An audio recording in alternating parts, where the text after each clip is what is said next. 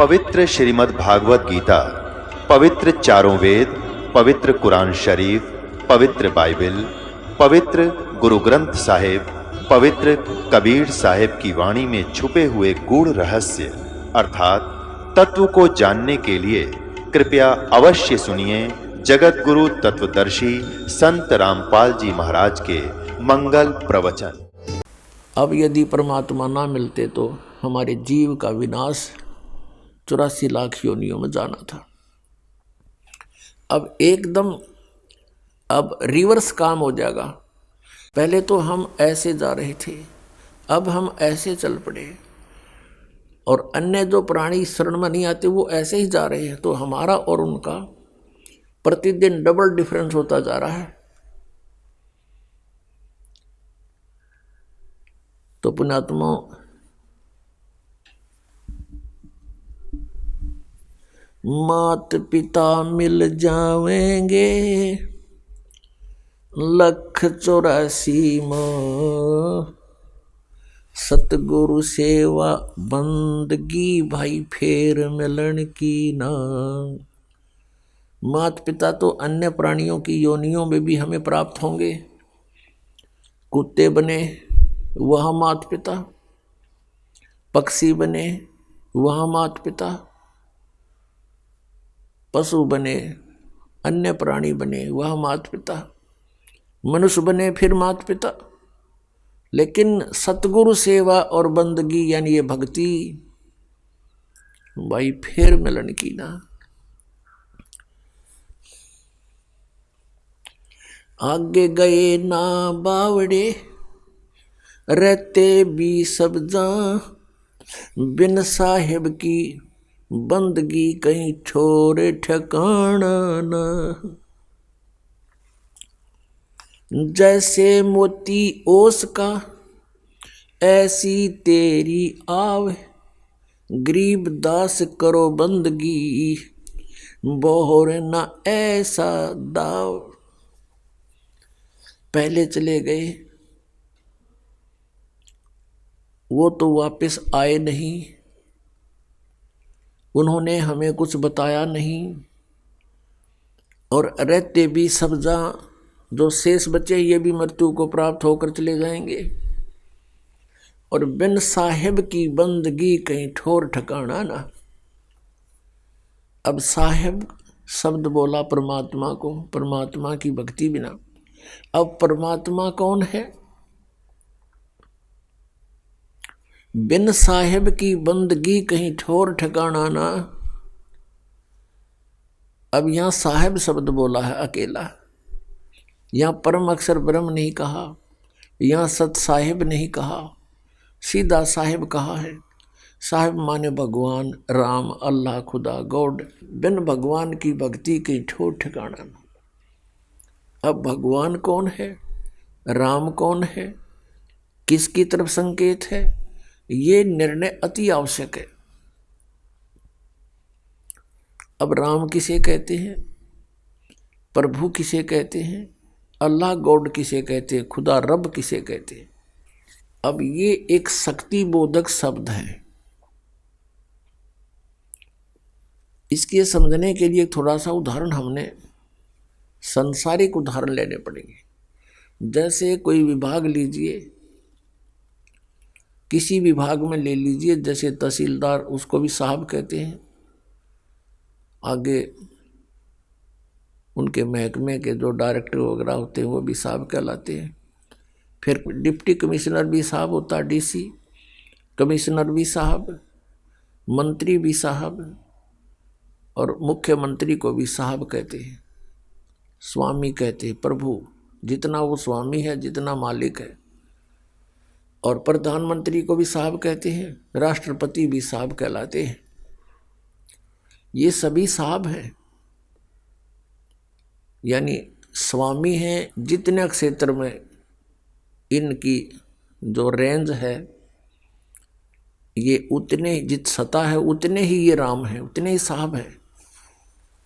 अब जैसे किसी कार्यालय में, जैसे डीसी के कार्यालय में कार्यरत जितने भी कर्मचारी अधिकारी होते हैं, वो अपने एक दूसरे को कोई कार्य प्रार्थना करते हैं कि वो कहते हैं साहब ने ऐसे बोला है, आप ऐसा कर लीजिए। तो उनके लिए अंडरस्टूड है डीसी साहब, वो बार बार डीसी साहब नहीं बोलते, वो सीधा कहते हैं साहब ने ऐसे बोला है, नथिंग एल्स। तो उनके लिए अंडरस्टूड है उनका कौन साहब है।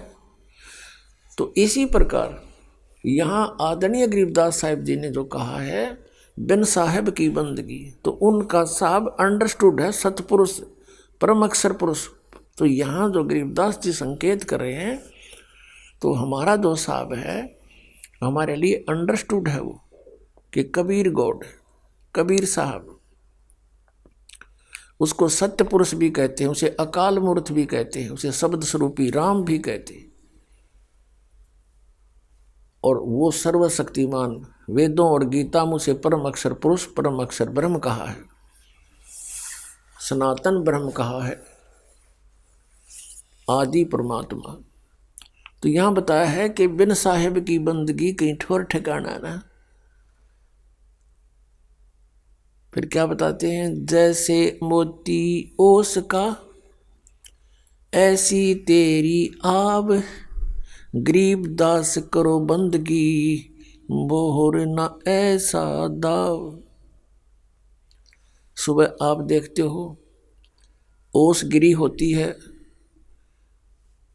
कहीं पत्तों पर या किसी वृक्ष के कांटों पर, और वो चमकती है सूर्य की रोशनी में जैसे मोती चमका करते हैं, और 1 घंटे के बाद उसका नामो निशान नहीं होता, वो समाप्त हो जाती है। तो परमात्मा कहते हैं तुम्हारी आयु इतनी है, ऐसी चमक दमक है ये नकली सी।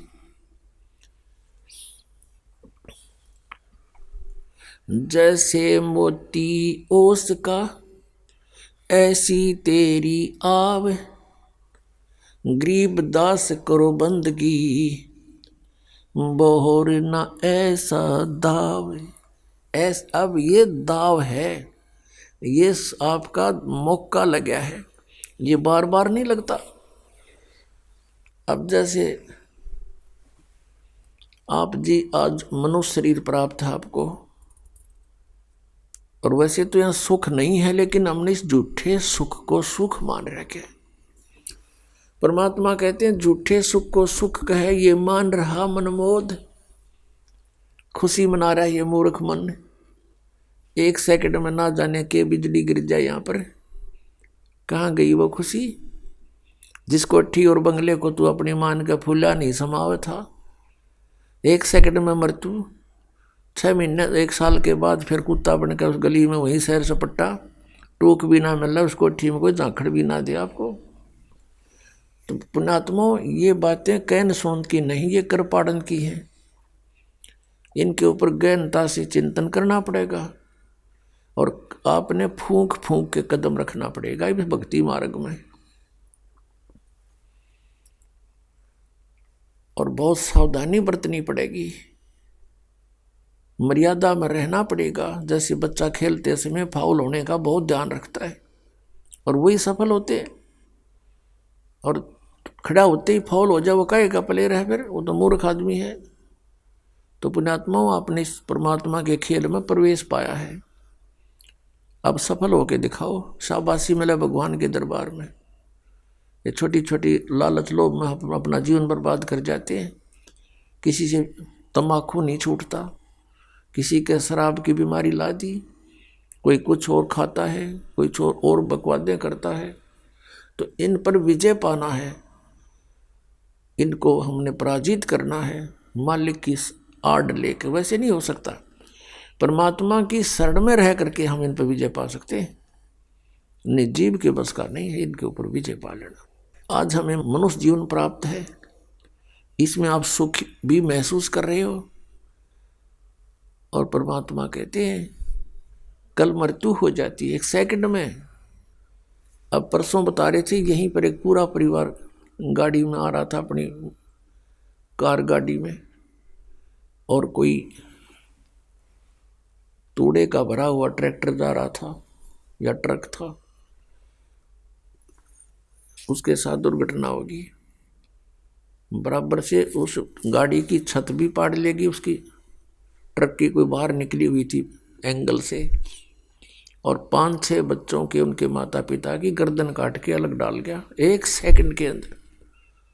बताओ उनकी क्या क्या आशाएं थी, क्या क्या उन्होंने सोच रखा था, वहाँ से करेंगे ये करेंगे, और उसमें भी पता नहीं क्या बतला रहे होंगे 1 सेकंड में।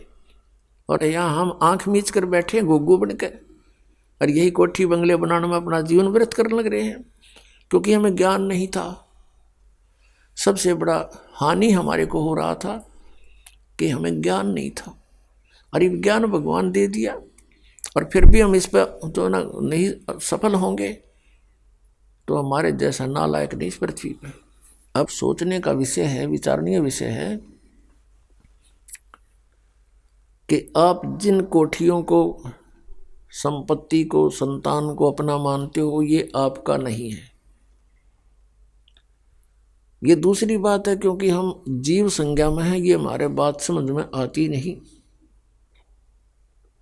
परमात्मा की इस रोशनी में कुछ दिनों के बाद आपको ये स्पष्ट दिखाई देने लग जाएगा कि ये अपने नहीं हैं। अपने नहीं है तो ये कौन है? ये नहीं कि इनसे नफरत हो, नहीं, ये परमात्मा के हैं, बच्चे हैं उस धनी के, हमारे मालिक के बच्चे हैं। और मालिक के बच्चों से हमारा कैसा ट्रीटमेंट होता है, कैसा हम उसको ट्रीट करते हैं, कैसा व्यवहार करते हैं, उस मालिक के डर से हम उनको बहुत प्यार देने की चेष्टा करते हैं कि कहीं वो मालिक दुखी ना हो जाओ, उसके बच्चों को हम तंग कर दें। जैसे आप किसी भी नाते से जुड़े हैं, पति पत्नी, जेठ जेठानी, सास ससुर, ननंद, किसी भी नाते से आप जुड़े हो, तो ये ध्यान रखें कि ये आपके नहीं हैं। और ये नाते हमने यहाँ अपने एक समाज में जीने के लिए बनाने पड़े हैं, नहीं इनके बिना तो गदर माच जा। तो फिर ये याद रखिए कि ये अपने नहीं हैं। ठीक है, हम यहाँ आए हैं, इस स्थान की यह व्यवस्था है, लेकिन ये अपने नहीं हैं, ये भगवान के बच्चे हैं, मालिक के बच्चे। अब जैसे सास बहू ने दुखी करे, वो पाप की भागन होती है, और फिर बहू सास ने दुखी करे, वो महा अपराधी होती है।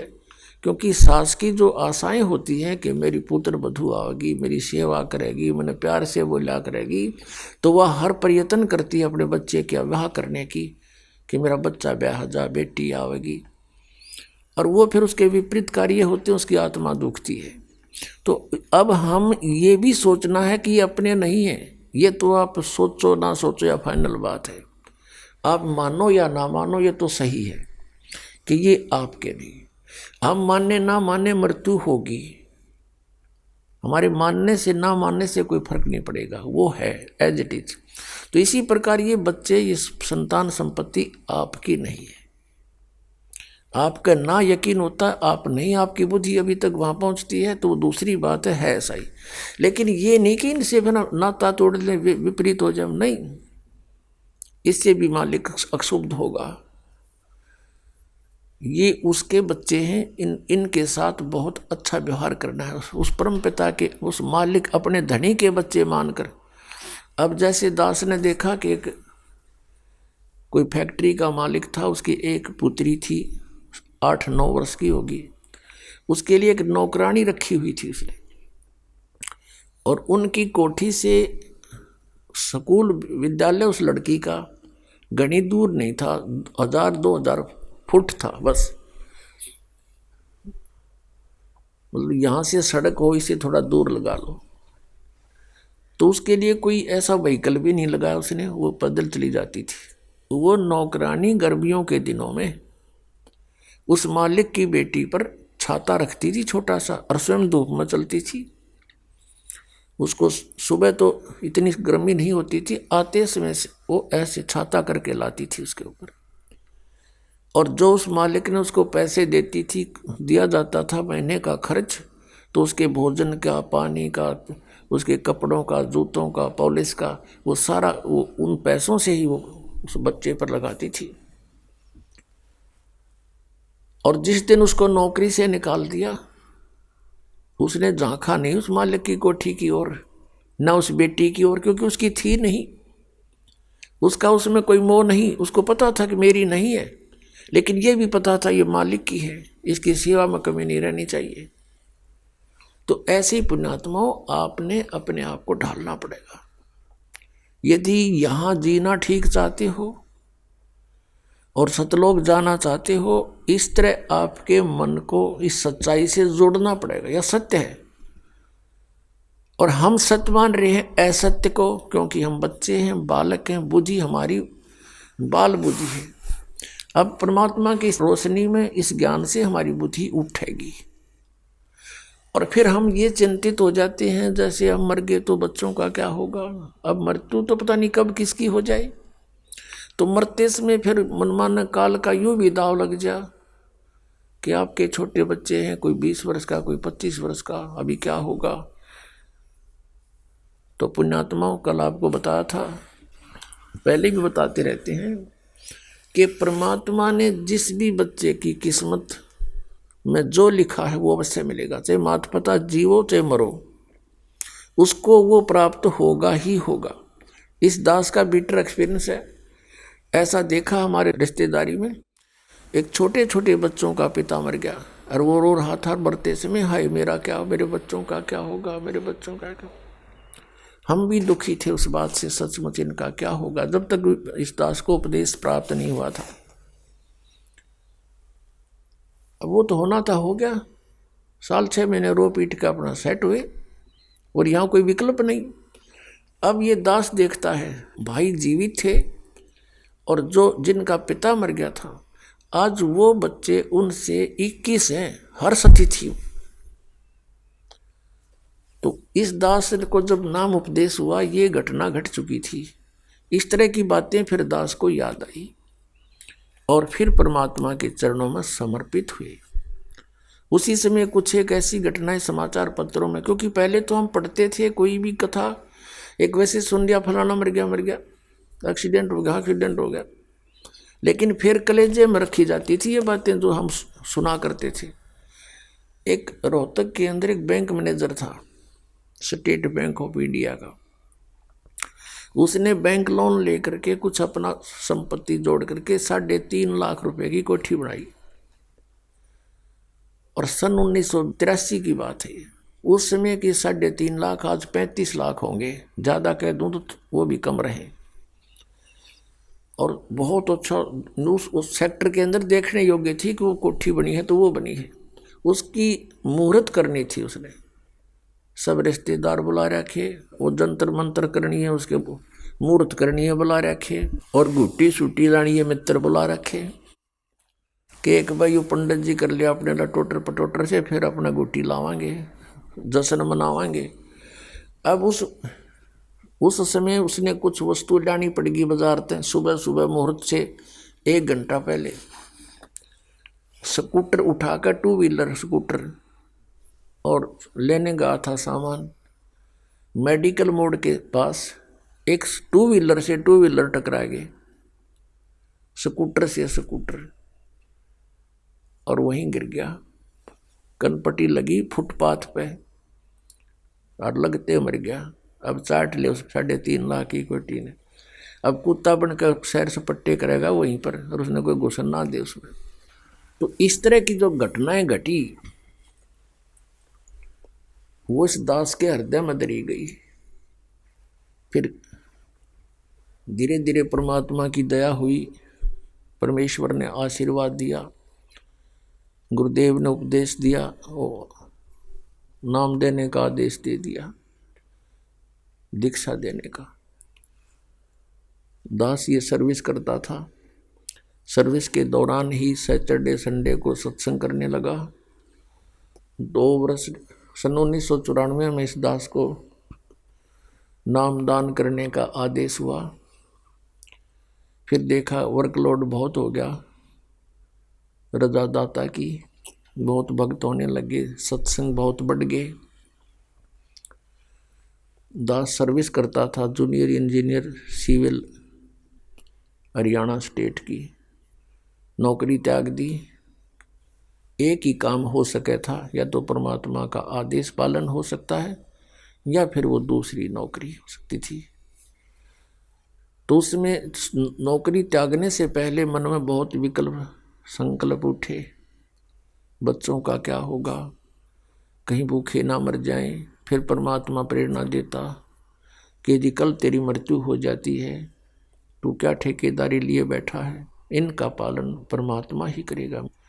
इस तरह की बहुत सी उतार चढ़ाव के बाद फिर परमात्मा ने दया बख्शी या सेवा दे दी, मजदूरी दे दी इस दास को, उसके बच्चों को जगाने की, उन धनियों को जगाने की। दास को एक कुत्ते की ड्यूटी मिली, भौंकने की। आप सभी धनी हो, आप इसलिए पुण्यकर्मी प्राणी हो, आपको जगाना इसलिए आवश्यक है कि आपके चोरी हो रही है, आपकी अनमोल जीवन नाश हो रहा है। जो जाग जाता है कुत्ते के भौंकने से आवाज़ सुनकर, वो अपना धन बचा लेता है।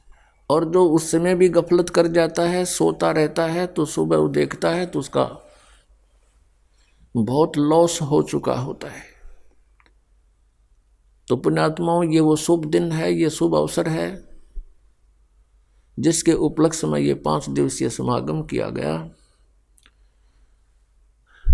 फागुन की अमावस्या 17 फरवरी 1988 को इस दास को उपदेश मिला, इस दास का आध्यात्मिक जन्म हुआ। उस दिन के बाद एक नए जीवन की शुरुआत हुई, आत्मा में न्यारी उमंग हुई। दिन रात भक्ति, मालिक की वाणी, सतगुरु का संग करने लगा। सन 1994 में दास ने कभी ये सोचा नहीं था स्वप्न में कि मुझे कोई ऐसा जिम्मेवारी की पोस्ट मिलेगी, दास को ये नौकरी मिलेगी या मजदूरी मिलेगी। कभी भी नहीं सोचा था। दास क्या करता था, अपने आसपास के संबंधी मित्रों को, वैसे जो भी संपर्क में आता था, परमात्मा का ज्ञान सुनाता था, उनको तैयार करके अपने गुरुदेव से उपदेश दिलाता था।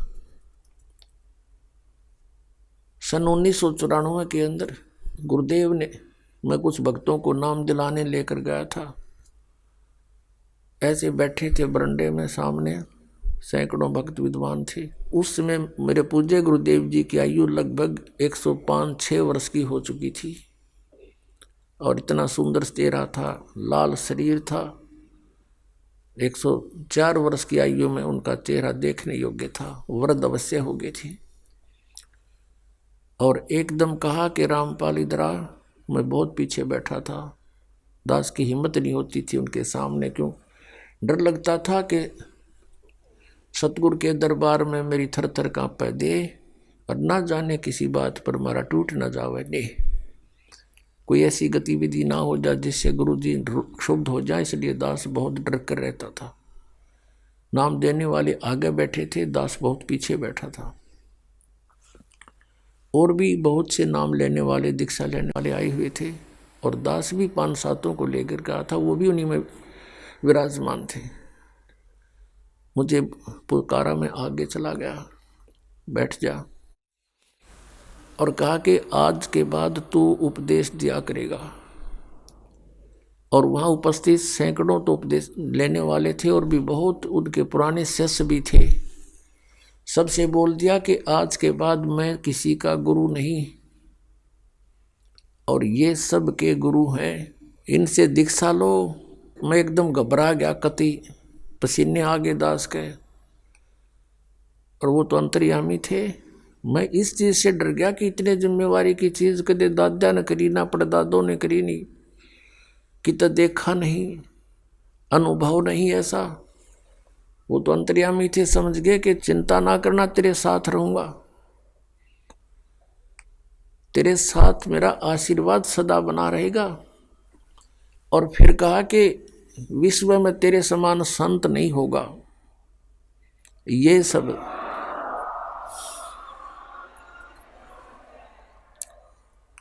अब पुण्यात्माओं, उस समय दास अपने को भगत भी पूरा नहीं मानने था, और उन्होंने इतनी बड़ा आशीर्वाद दे दिया कि तेरे समान विश्व में कोई संत नहीं होगा। तो कहते हैं, गुरु मेर करे तो काग से हंस बना दे। उन्होंने अपनी मेहर से इस दास को, कव्वे को हंस बनाया, अपने ही आशीर्वाद से संत बनाया। उस समय हमारी बाल बुद्धि थी, ये बात समझ में नहीं आई कि मेरे जैसा एक तुच्छ प्राणी और विश्व में मेरे समान कोई संत ना होगा। ये बात गले नहीं उतर रही थी, लेकिन गुरु की जो वचन है वो उसमें दोष भी दिखाई नहीं देवा था। जैसे कोई छोटा बालक होता है और उसको कोई कहता है कि बेटा वो पेन ला, वो जैसे पेन रखा होता है, ये पेन रखा हो और वो बच्चा उठा लेता है, वो पूछता है डैडी ये क्या है, पिताजी ये क्या है। पिताजी कहता है बेटा पेन है। वो कहता है कि पेन है, पेन है, और इस बात को कहते कहते उसको रख के वो और खेल लग जाता है। कहने का भाव ये है कि उसको न तो ये अविश्वास है कि पिताजी जो कह रहा है वो गलत होगा, लेकिन उसकी बुद्धि इतनी बाल है कि इसको समझ नहीं पा रही ये पेन है। वो ऐसे उसको छोड़कर चला जाता है। तो इस दास की अब वो ऐस अतिथि थी। उन्होंने कहा कि तेरे बराबर विश्व में कोई संत नहीं होगा। तो उस समय दास ऐस अतिथि में था और वो जो कह रहे थे तो पेन था ही। तो अब इस बात का कुछ एहसास हो रहा है, क्योंकि अन्य संतों ऋषियों के जो अनुभव देखे दास ने, इनके पास तक खख भी को नहीं अध्यात्म ज्ञान का। तो हम इस योग्य नहीं थे, गुरु जी के आशीर्वाद से हो गए, यो ज्ञान हो गया, बुद्धि खुली और इन महर्षियों के अंदर इनके झांक के देखा, इनके खुले वो बोरे जिन पर ISI मार्ग ला रखा, गोबर पर रखा था इन्हें सब ने। किसी के पास मोक्ष मार्ग नहीं, सबकी दुर्गति हुई। पिछले इतिहास बतावें, हमारे ग्रंथ कहते हैं कुछ ये हमें बता रहे थे उसके विपरीत। तो ये संत नहीं थे। आज आपके समक्ष है क्योंकि बुद्धिमान समाज है। तो पुण्यात्माओं, जिस दिन आपका आध्यात्मिक जन्म होता है वो आपका वास्तविक जन्म है इस पृथ्वी मंडल पर। शरीर के जन्म तो असंख्य हो लिए, जन्म तो वो भी है क्योंकि शरीर स्टार्ट हुआ, और अब आत्मा का जन्म समझो, आध्यात्मिक जन्म उसका उस दिन है जिस दिन सतगुरु मिल गए। जा दिन सतगुरु भेंटिया सो दिन लेखे जाने, बाकी समय व्यर्थ गया बिना गुरु के ज्ञान। कि यही समय हमारा उस दिन से लेखे लगा जीवन जिस दिन से पूर्ण संत मिले। नकली गुरुओं से उपदेश लिया हुआ व्यर्थ है। तो पुण्यात्माओं, अब प्रसंग चल रहा है, आगे गए ना बावड़े रहते भी सब जाही, बिन साहिब की बंदगी कहीं ठोर ठिकाना नहीं। अब जैसे आपका यहाँ मानुष जन्म है, यहाँ से मृत्यु हुई, पुण्य के आधार से आप स्वर्ग गए, पाप के आधार से नरक गए। जब आपका स्वर्ग का समय समाप्त हुआ, वहाँ से तुरंत वहाँ से बाहर फेंक दिया जाएगा। जैसे यहाँ मनुष्य जीवन पूरा होते ही आपको बाई फोर्स यहाँ से निकाल लिया जाता है, फिर नहीं एक सेकंड का भी, एक सांस भी आपको नहीं मिलेगा। और चलो धर्मराज के दरबार में, इतने पुण्य, चलो स्वर्ग में। अब स्वर्ग में भी बाई फोर्स, क्योंकि विधान है यहाँ का, सारा कार्य यहाँ पर हमारे साथ बाई फोर्स बलपूर्वक करा जा रहा है। हम स्वतंत्र नहीं है। जब तक हम परमेश्वर कबीर जी की शरण में नहीं आते हम परतंत्र हैं। तो जब आप स्वर्ग में गए, स्वर्ग समय पूरा होते ही कहते चलो जबरदस्ती नरक में, नरक का समय पूरा होते ही फिर चलो कुत्ता बनो, कुत्ते का समय पूरा होता है चलो गधा बनो, गधे का समय पूरा होते फिर कभी 84 लाख योनियां भोग के फिर मनुष्य जीवन मिल गया। मनुष्य जीवन समय पूरा होते फिर चलो या चलो चलो तो सतलोक में मिटेगी। अब जैसे गीता जी अध्याय नंबर 15 के श्लोक नंबर 1 से 4 में कहा है, अर्जुन जिसमें तत्वदर्शी संत तुझे मिले उसके पश्चात इस अज्ञान को तत्व ज्ञान रूपी शस्त्र से काट के, अर्थात उस तत्व ज्ञान के आधार से साधना करके उसके पश्चात अच्छी तरह समझ के उसके पश्चात परमेश्वर के उस परम पद की खोज करनी चाहिए, जहाँ जाने के बाद साधक फिर लौटकर कभी संसार में नहीं आते। उनकी चलो चलो समाप्त हो जाती है। और पुण्यात्माओं कई भक्त बड़े चिंतित होते हैं।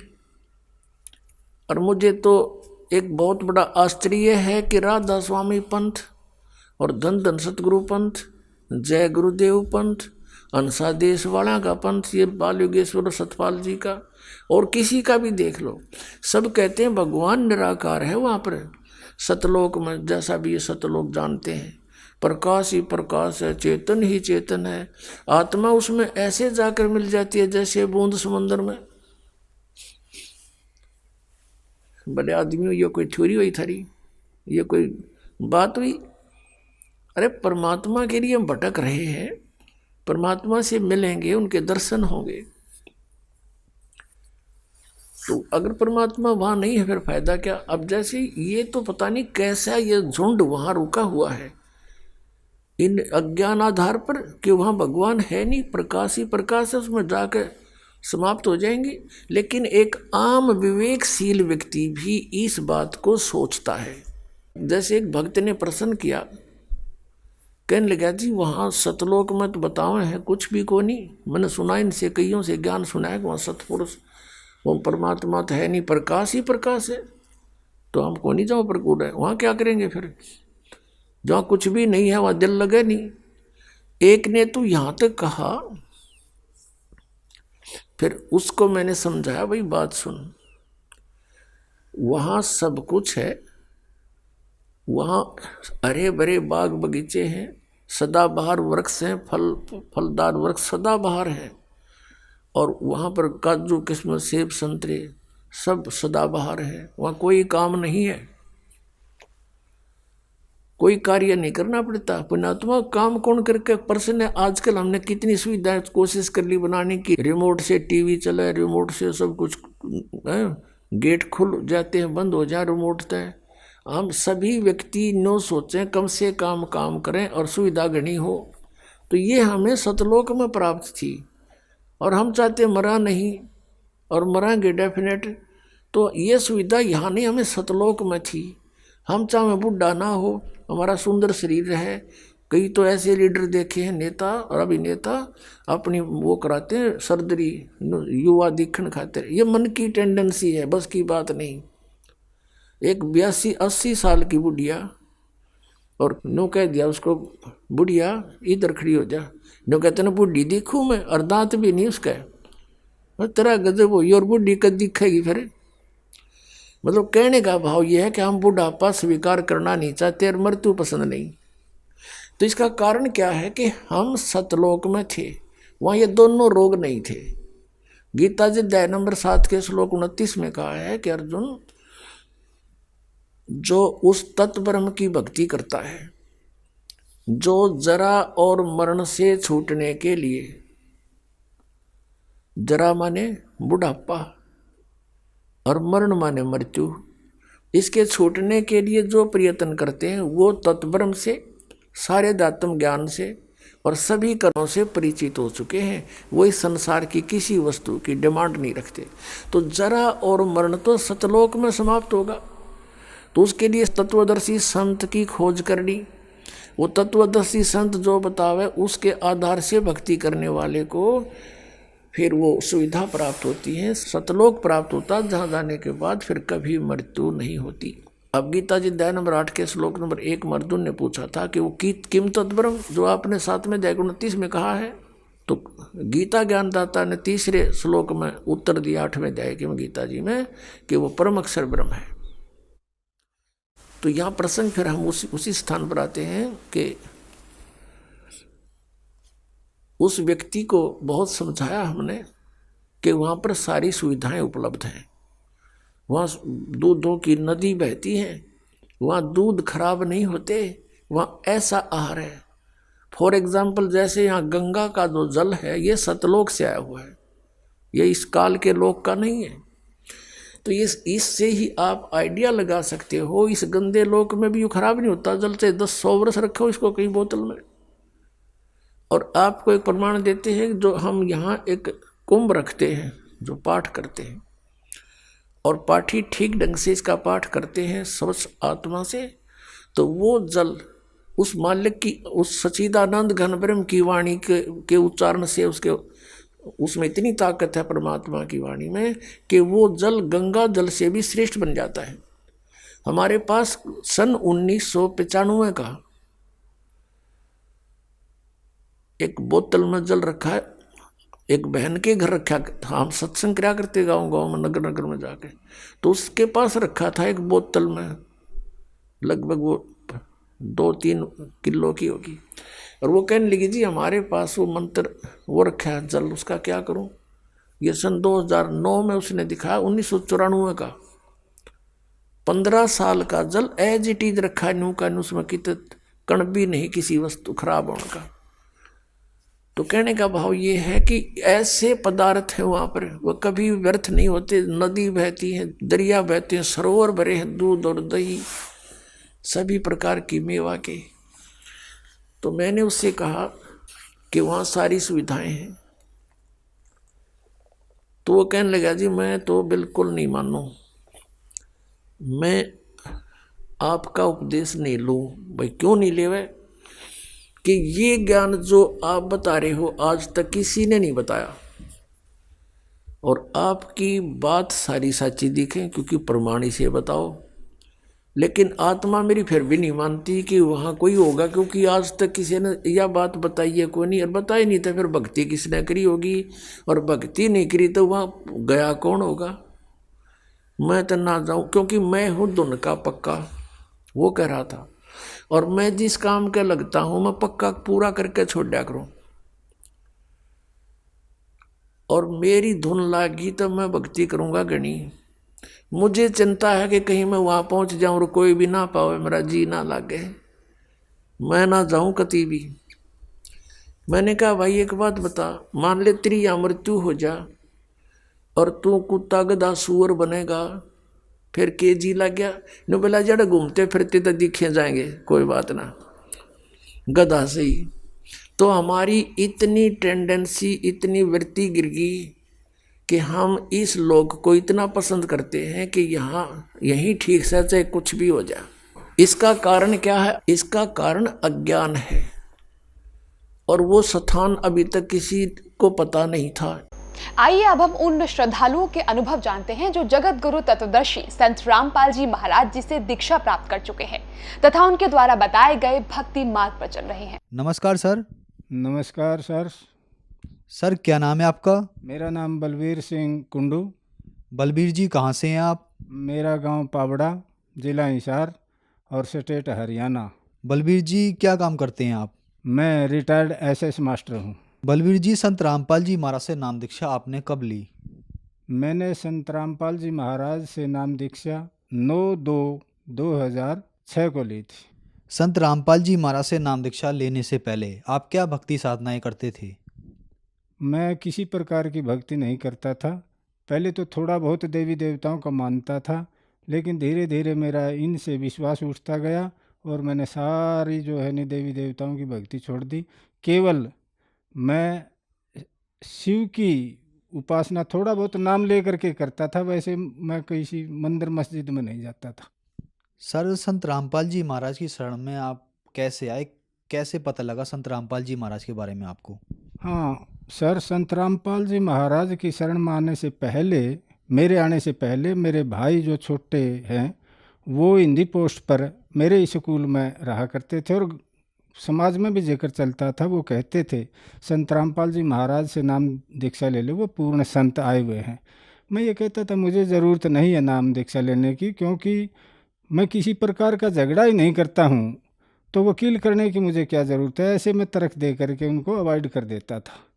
फिर क्या हुआ, ये बात है 18 और 19 दिसंबर 2005 की। मैं बीमार हो गया और बीमारी ऐसी हुई मेरे कि रीढ़ की हड्डी के अंदर जो नसें हैं उनके ऊपर इतना भारी दबाव पड़ गया, 5-4 नसों के ऊपर। मेरा दाहिना जो हिस्सा था सारा काम करना छोड़ गया और ये सिस्टम चला लगभग 49 दिन तक। 49 दिन तक मैं बिल्कुल भी नहीं सोया, खाना भी कम खाता था, स्कूल में जाता था, केवल जब भी रात को सोता था तो पीछे मेरी पत्नी जो है 2 रज़ाई लगा करके मेरे को सिलाती थी, मैं ऐसे बैठा रहता था, नींद नहीं आती थी मेरे को बिल्कुल भी। फिर मैंने आखिर में क्या फैसला कर लिया, ये 49वें दिन की बात है, यानी कि 9 फरवरी 2006 की बात है। मैंने ये पक्का निश्चय कर लिया था कि आज तने सुसाइड करना है, क्योंकि मेरे अंदर शरीर में दर्द इतना रहता था कि इससे अलग मैंने ये चारा ही नहीं समझा कि अब जीना बेकार है तेरा। तो उस रात को मैं सारी रात कभी इधर कभी इधर कभी इधर कभी इधर कमरे में चक्कर लगाता रहा। मिसिज मेरी पास में बैठी रही, वो कहती रही, मैं कहता रहा उनको कि आप जा कर के अंदर सो जाओ। उन कहने लगी कि मैं नहीं जा सकती ऐसी स्थिति में, आपके भाई को बुला लूँ। मेरे मन में ये कि वायर जो है नहीं लगा करके और स्विच ऑन कर ले और मुंह में ले लिए और इसको लीला को समाप्त कर ले। तो ये गई नहीं। लगभग सुबह 5 बजे इन्होंने मेरे छोटे भाई को फ़ोन किया और बुलाया कि आपके भाई को बहुत ज़्यादा तकलीफ़ है। वो आ गई, आकर के उसने कहा भाई क्या तकलीफ़ है। मैंने कहा ऐसे ऐसे तकलीफ़ है। उसने कहा कि संत रामपाल जी महाराज से आप नाम ले लो, आप ठीक हो जाओगे। मैंने कहा हाँ मैं ले लूँगा नाम। तो फिर उन्होंने बलजीत भगत के माध्यम से सतगुरु रामपाल जी महाराज से फ़ोन किया और संत रामपाल जी महाराज ने कहा कि इनको फ़ोन दे दो। मैंने फ़ोन लिया और प्रणाम किया उनको। संत रामपाल जी महाराज ने मेरे को कहा कि सत साहिब बोलो। मैंने सत साहिब बोला और उन्होंने मुझे मंत्र, पहला मंत्र एक बार में दिया। और उस समय पर संत रामपाल जी महाराज जिस कमरे में मैं था उपस्थित, भाई भी था, मेरी पत्नी भी थी, सशरीर सुबह लगभग 5:30 बजे मेरे पास आए। मेरे को दिख रहे थे, क्योंकि मैं संत रामपाल को पहले जानता भी नहीं था, इनका नाम भी नहीं जानता था मैं, कौन संत रामपाल जी हैं कैसे नहीं, मैं नहीं जानता था इनके बारे में। सफ़ेद कुर्ता पजामा और खोए के ऊपर इनका एक अंगोछा था। आकर के इन्होंने ऐसे आशीर्वाद दिया कि बेटा खुश रहो। उसी समय मैं इस रोग से निजात मुझे मिल गई, मैं बिल्कुल ठीक हो गया उसी समय। फिर 3 दिन के बाद हम करोथा आश्रम में गए, वहाँ सतगुरु जी थे और मैंने दोबारा से फिर प्रथम मंत्र की दीक्षा प्राप्त की। सर, संत रामपाल जी महाराज से नाम दीक्षा लेने के पहले ही आपको लाभ मिले, तो क्या संत रामपाल जी महाराज से नाम दीक्षा लेने के बाद भी आपको लाभ मिले? हाँ जी, मुझे जीवन में हर कदम पर लाभ ही लाभ मिल रहे हैं उस दिन से। प्रथम तो जो मेरा रोग था वो नाम लेते ही वो ठीक हो गया था। फिर मेरा लड़का जो था वो फरीदाबाद पढ़ता था और उनका इंटरव्यू आया और जाते ही मेरे बच्चे का प्लेसमेंट हो गया। हम हिसार गए हुए थे, मैं, मेरा बच्चा, मेरी पुत्रवधू और मेरी पोती। जो पत्नी थी वो घर पर थी। तो भाई का फ़ोन गया कि भाई कहाँ हो तुम? हमने कहा हम हिसार से चलने वाले हैं, फरीदाबाद के लिए जा रहे हैं। तो उन्होंने कहा कि वापस आ जाओ। और इसी तरह से मेरी भाभी जो है नहीं काफ़ी गंभीर हो गई, ये तकलीफ़ है उसके। तो मैंने कहा क्या तकलीफ़ है? मैं बोला ये तो पता नहीं क्या तकलीफ़ है। हम गाड़ी ले करके वापस गांव में आ रहे थे तो मेरा बच्चा कहने लगा ये तो पूछ लो मेरे अंकल से क्या तकलीफ़ है, मेरी मम्मी से बात करवाओ। तो वो कहने लगा मम्मी बात करने के लायक नहीं है, मम्मी बोल नहीं रही है। मैं फिर तो ज़्यादा तकलीफ़ है। हम घर पर आ गए तो जा कर के हॉस्पिटल के अंदर आईसीयू में ये डायरेक्ट भर्ती कर दी। 2 दिन तक आईसीयू में रही। डॉक्टरों को भी ये पता नहीं चला कि इसकी बीमारी क्या है, ढूंढते रहे, कोई काफ़ी पैसे लगे। फिर इन्होंने सतगुरु रामपाल जी महाराज से प्रार्थना भेजी, तो सतगुरु रामपाल जी महाराज का आदेश संदेश आया कि परमात्मा दया करेंगे और आप भक्ति करते रहे। उसके ठीक आधे घंटे के बाद ये बिल्कुल ठीक हो गई। तीसरा, इनका एक दफ़ा ब्लीडिंग होगी नाक के थ्रू, और इतनी ब्लीडिंग हुई कि लगभग 100 फुट तक ब्लड नाली के द्वारा चला गया। 3 दफ़ा ब्लीडिंग हुई, वो बहुत ज़्यादा। हमें भी ऐसा अंदेशा हो गया था कोई नस नुस फट गई होगी इसकी ऐसी। लेकिन सतगुरु रामपाल जी महाराज के पास जब हमारी प्रार्थना पहुंची तो उन्होंने कहा अब के बाद नहीं होगी। डॉक्टर ने भी संदेह किया था शायद इसकी कोई ब्लड की नस के अंदर क्रैक है। उस दिन के बाद इनको कोई भी ब्लीडिंग नहीं हुई। आज संत रामपाल जी महाराज की दया से मेरा परिवार और मैं इतने बढ़िया सेटल्ड हैं। हम 4 भाई हैं। एक भाई तो किसी कारण से वो चला गया, जो 14 का कांड हुआ था उसके बाद। 3 भाई हैं। तीनों भाइयों के परिवार सतगुरु रामपाल जी महाराज की शरण में है। और मैं, सभी जानते हैं, गांव वाले भी, मेरी स्थिति सभी भाइयों से वैसे कमज़ोर थी उस समय। केवल नौकरी करता था, पत्नी जो है वो आंगनबाड़ी में थी, बच्चे पढ़ रहे थे, एक ही बच्चा है मेरा। और सतगुरु रामपाल जी महाराज की ऐसी दया हुई कि वो बच्चे भी आजकल लंदन में सेटल्ड है, वेल सेटल्ड है, सेटल्ड नहीं। आज मेरी स्थिति इतनी गजब की है, बहुत ज़्यादा। एक और लाभ मेरे को जो ज़बरदस्त हुआ वो ये लाभ है, अभी ये है 21 सितंबर 2020 की बात है, और मैं लगभग 11 सितंबर से बीमार हो गया और बुखार आने लग गया। तो खाना पीना मेरा छूट गया। मेरे को ऐसा लगा ये शरीर अब छूटेगा, और मन में कसक हो गई। संत रामपाल जी महाराज से मैं बार बार ये अरदास करने लगा, आप तो परमात्मा तुल्य हो सतगुरु जी, आप मेरे को, आपका ज्ञान ठीक है, आपके मंत्र भी ठीक हैं, आप जो कह रहे हैं उस पर अविश्वास नहीं है, लेकिन उस पर विश्वास हो रहा है कि हमें सतलोक कैसा है, कैसे जाना है, किस तरह जाना है। कोई आकर के बताता तो नहीं है। आप तो उदाहरण तो देते हैं, मैं गरीबदास जी को मिला था, गुरु नानक देव से मिला था, हमें ये भी नहीं है, हमें विश्वास नहीं है। लेकिन एक दफ़े गुरु जी अगर वो चीज़ दिखा दो तो पेटा सा भर जाए मेरा। यानी कि मैं 8-10 दिन तक ये विलाप करता रहा, सतलोक दिखा दो मेरे को, मैं ऐसा सोचता रहा। ये बात 21 सितंबर 2020 की है। मैं 4 बजे उठ जाता हूँ हमेशा ही, और 4 बजे उठ करके जैसी भी क्रियाएं हैं, भक्ति करते हैं, फिर नित्य नियम करते हैं। 4 बजे उठ करके मैं उस दिन उठा नहीं, चारपाई पर लेटा रहा, और 4:15 बजे मेरी मिसेज सुती हुई थी, एक मेरी मदर इन लॉ आई हुई थी, वो भी सुती हुई थी। 4:15 बजे परमात्मा यानी कि सतगुरु रामपाल जी महाराज एक विमान ले करके, मैं सोया हुआ नहीं था, जागता था और लेटा हुआ था वैसे सिरहाना लगा करके, और एक विमान में बैठ करके मेरे आंगन में उतरे। प्रकाश हो गया। प्रकाश होते ही मैंने ऐसे देखा, और सतगुरु रामपाल जी महाराज ने कहा, बेटा आ जाए, आ जा, तेरे को दिखा करके लाता हूँ।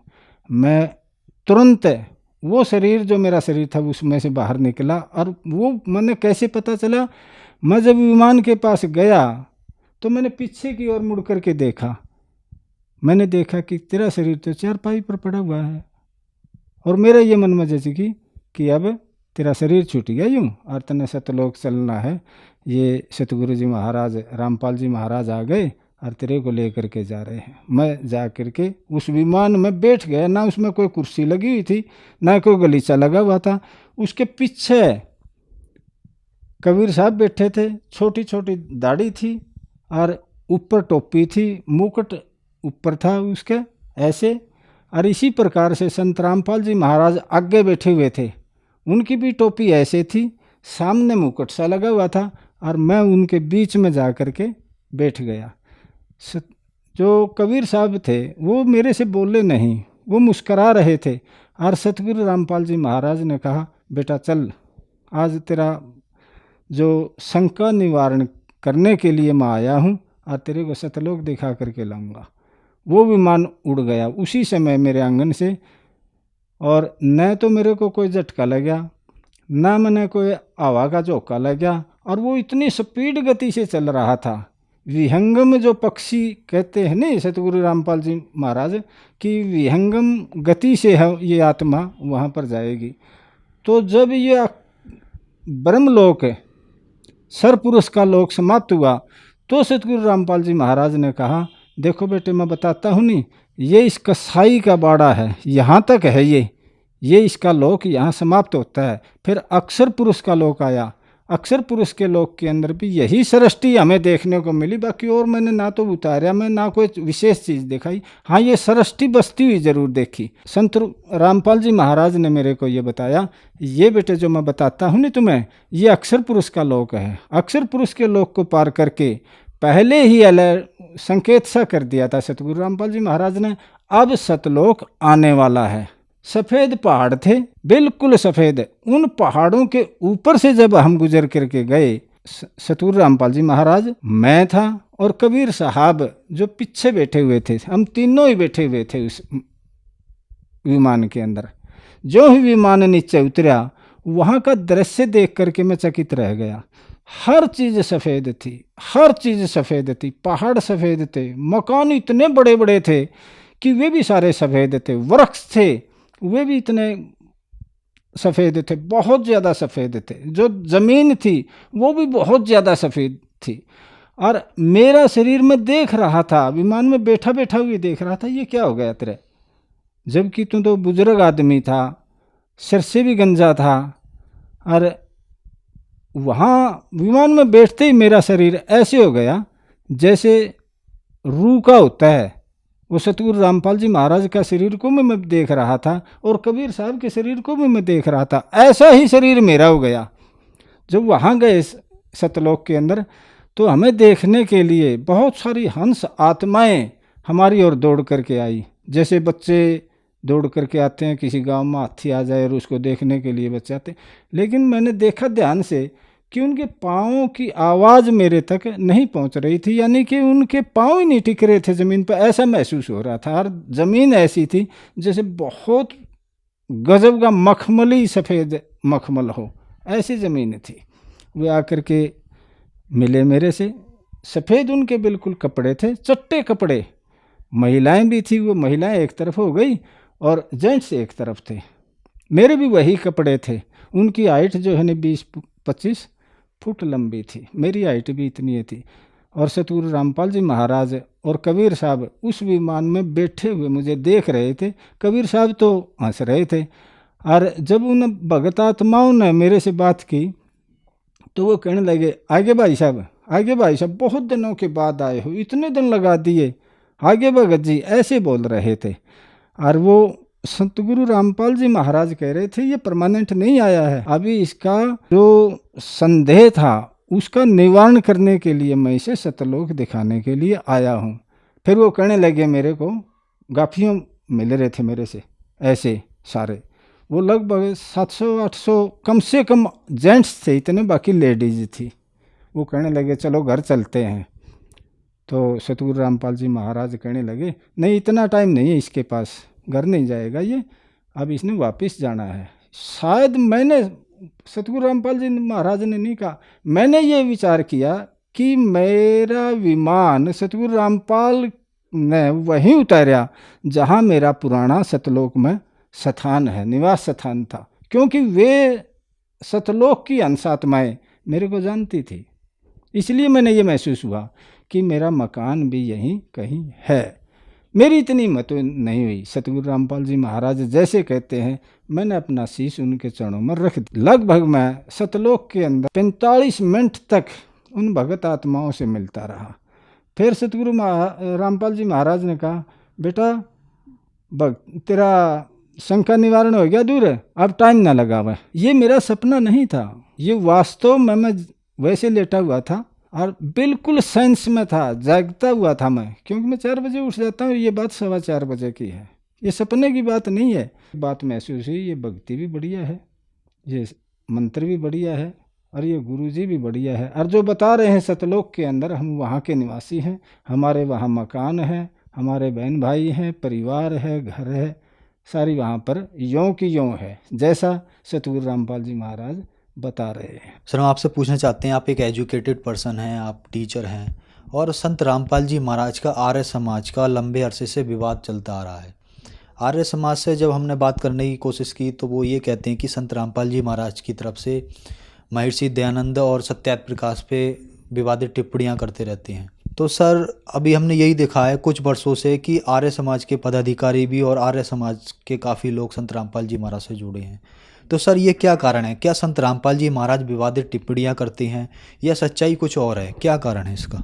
संत रामपाल जी महाराज बिल्कुल सच्चाई बोलते हैं। अगर ये झूठ है, नहीं माना नहीं का केस करो ना, या फिर सामने आओ, स्टेज लगाओ और बुद्धिजीवियों को बुलाओ, पूछो ना उनसे कौन सी गलती की है, कौन सी गलत बात कहते हैं। वो केवल अपना रोटी रोजी चलाने के लिए सत्यार्थ प्रकाश का सहारा लेकर के, स्वामी दयानंद का सहारा लेकर के अपनी रोटी रोजी चला रहे हैं। सारी बकवास है, ये सारी झूठ है। हम भी स्वामी दयानंद को जब पढ़ाते थे, एक बहुत बड़ा सोशल रिफॉर्मर मानते थे, बच्चों को पढ़ाते थे। इस जैसा कोई समाज सुधारक ही नहीं, राजा राम मोहन राय और स्वामी दयानंद का तो बहुत बड़ा योगदान है। लेकिन जब इसका लिटरेचर देखा, इस जैसा तो झूठा आदमी नहीं मेरी दृष्टि में निकला। सारी बकवास कर रखी इसने सत्यार्थ प्रकाश के अंदर। मैं तो जब पढ़ाता था, नाम उपदेश लेने के बाद संत रामपाल जी महाराज से बच्चों को ये डायरेक्ट कहता था, देखो वे परीक्षा में पास होना है तो अपने सिलेबस के अनुसार पढ़ करके वही लिखना परीक्षा में जब पास होंगे। लेकिन जो वास्तविकता है वो ये है कि इस आदमी के अंदर संत वाले गुण भी नहीं, एक अच्छे इंसान वाले गुण भी नहीं। महर्षि तो बहुत दूर की बात है, सारी बकवास किया करता था ये। तो सर, संत रामपाल जी महाराज ने आपको ऐसा क्या पढ़ाया, ऐसा क्या बताया जो आप महर्षि दयानंद के बारे में आपको सच्चाई पता लगी? क्या प्रमाण है आप लोगों के पास? जो सत्यार्थ प्रकाश थी उनकी, वो उनकी जीवन का निचोड़ है स्वामी दयानंद जी महाराज का। और स्वामी दयानंद जी महाराज के कहे अनुसार जब संत रामपाल जी महाराज ने उस सत्यार्थ प्रकाश को दिखाया, उनका ज्ञान दिखाया, तो उजागर हो गया, ये स्पष्ट हो गया।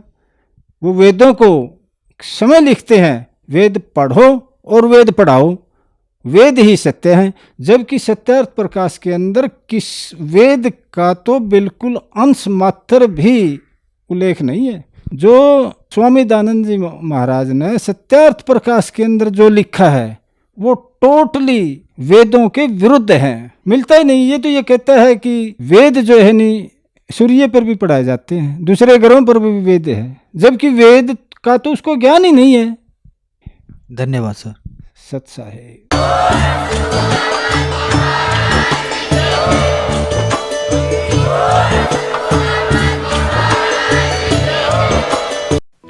आप सुन रहे थे जगत गुरु तत्वदर्शी संत रामपाल जी महाराज के मंगल प्रवचन। अधिक जानकारी के लिए संपर्क करें।